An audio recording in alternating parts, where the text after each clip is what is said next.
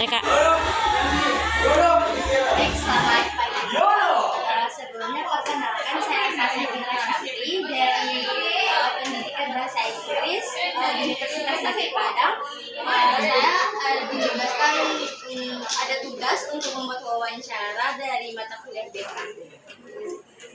Sebelumnya terima kasih Bapak sudah meluangkan waktu. Untuk pertanyaan pertama, boleh Bapak ceritakan sedikit bagaimana latar belakang Bapak menjadi seorang guru BK?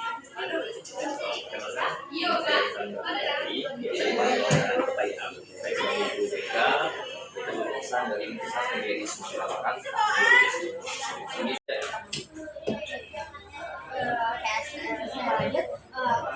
Pertanyaan selanjutnya, menurut Bapak, apa saja fungsi utama dari layanan BK di sekolah?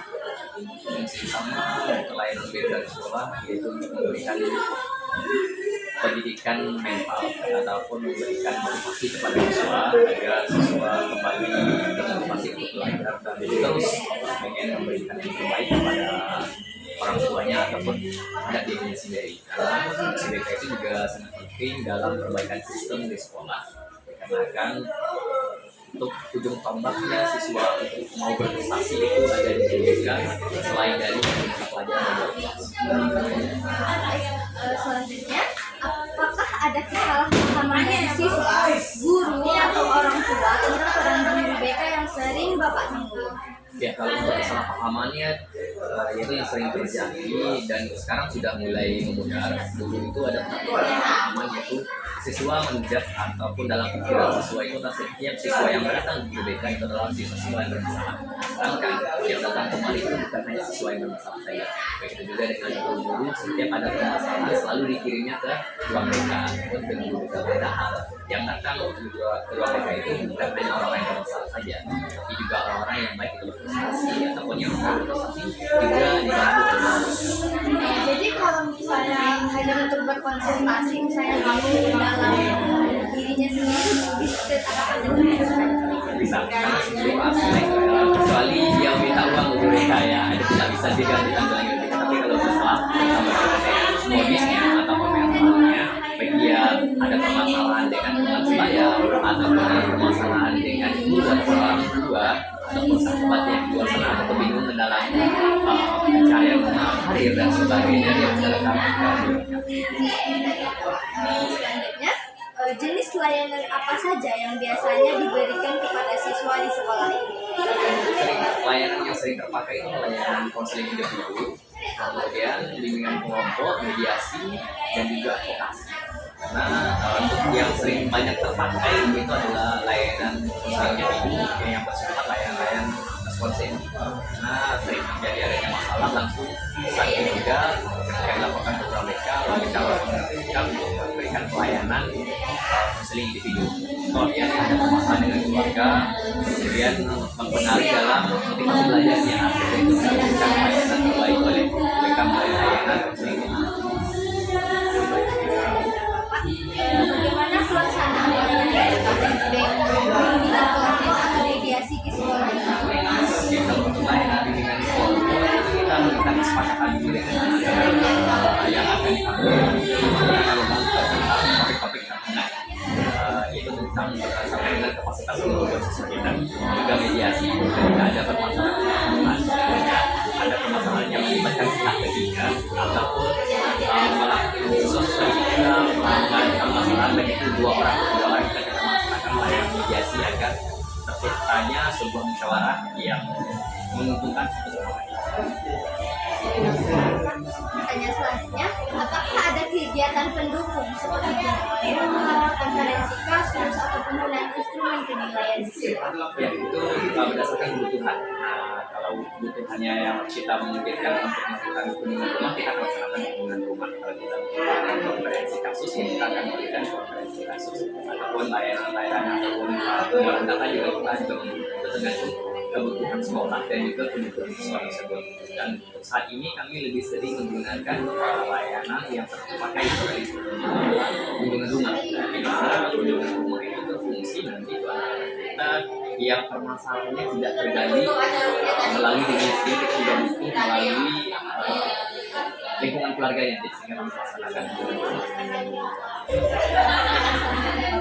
Apa saja tantangan yang sering Bapak hadapi dalam memberikan layanan BK? Kasus ataupun layanan ataupun pengelolaan data juga kita juga tergantung kebutuhan sekolah dan juga kebutuhan siswa tersebut. Dan untuk saat ini kami lebih sering menggunakan layanan yang terpakai sebagai kunjungan rumah. Di mana kunjungan rumah itu berfungsi nanti kita yang permasalahannya tidak tergali melalui diri sendiri, tidak butuh melalui lingkungan keluarganya sehingga melaksanakan. Apa saja tantangan yang sering Bapak hadapi dalam memberikan layanan BK? Kalau tantangan permasalahan dengan siswa itu menurut kami tidak terlalu berat karena bisa diatasi secara bersama nanti melalui diskusi dengan antara sesama mereka. Kemudian kalau tantangan dengan orang tua ya diantaranya adalah kami agak merasa gimana gitu dengan adanya orang tua yang kurang kooperatif terhadap permasalahan karena orang tua selalu memandang semua permasalahan anaknya harus dijelaskan dalam sekolah, padahal untuk pendidikan anak atau pendidikan anak itu butuh kerjasama antara baik orang tua, guru dan juga guru. Yang paling penting itu orang tua. Jadi kalau orang tua yang tidak berperan dalam pendidikan anaknya, tentu kita juga akan kesulitan untuk membina anaknya. Karena dengan pembinaan dengan guru BK yang ada di sekolah saat ini itu adalah pendidikan utama saat sekolah. Baik, pertanyaan selanjutnya, bagaimana Bapak menjalin kerjasama dengan guru lain dan sekolah-sekolah untuk mendukung siswa? Kalau yang bersama tentu kita akan memberikan sebuah pertemanan atau menjalinkan hubungan dengan mata pelajaran, wali kelas dan pimpinan. Itu yang pertama. Kemudian yang kedua adalah selalu berkoordinasi tentang permasalahan baik itu secara permasalahan siswa yang berprestasi ataupun siswa yang membutuhkan perhatian lebih. Nah itu mungkin juga contoh. Setiap ada permasalahan siswa yang sering tidur di sekolah, itu kan permasalahan dari mata pelajaran. Nah kami juga akan berkoordinasi dengan mata pelajaran sebelum masuk ke BK akan diberikan pembinaan terlebih dahulu oleh guru mata pelajaran sehingga setelah diberikan pembinaan baru lanjut ke wali kelas. Kalau wali kelas baru masuk ke BK. Setelah BK akan diberikan layanan berdasarkan kebutuhan siswa dan setelah itu baru kita laporkan kepada pihak pimpinan. Nah di sana nanti baru pimpinan mengambilkan keputusan seandainya siswa ini berkaitan dengan hukum pimpinan memberikan tidak untuk memberikan atau mencatatnya sebuah sebagainya tidak boleh. Itu tidak memberikan pelayanan dan memberikan laporan-laporan yang tidak boleh dari laksanakan oleh kelompoknya itu keputusan yang setelah itu diambil oleh pimpinan. Jadi keputusan kita pada terima kasih. Selanjutnya Bapak, kalau boleh tahu apa harapan Bapak terhadap siswa dan guru lain terkait keberadaan layanan BK?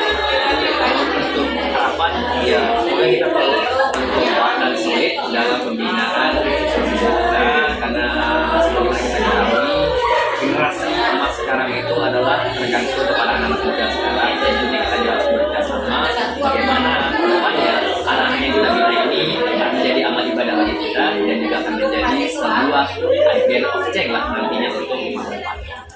Terakhir Bapak, apa pesan Bapak kepada calon guru atau mahasiswa yang sedang belajar di saat ini dalam sesi ini? Kalau untuk siswa kita ataupun mahasiswa tetaplah belajar karena dengan belajar kita bisa mengaruhinya dan tetaplah berjiwa lapang atau memiliki jiwa pengin yang lebih dan asah seluruh skill yang kalian punya karena dunia membutuhkan orang yang memiliki skill kelebihan bukan hanya orang yang cerdas secara akademik. Kemudian jangan patah semangat, ketika jatuh bangkit lagi, karena ketika jatuh bangkit terus dan jangan pernah patah semangat. Boleh lelah tapi cukup istirahat tapi jangan lelah. Terima kasih Bapak atas waktunya dan jawabannya yang sangat inspiratif. Semoga wawancara ini bisa menjadi wawasan baru bagi kita semua, khususnya bagi teman-teman calon pendidik yang sedang belajar tentang bimbingan pentingnya peran BK di sekolah.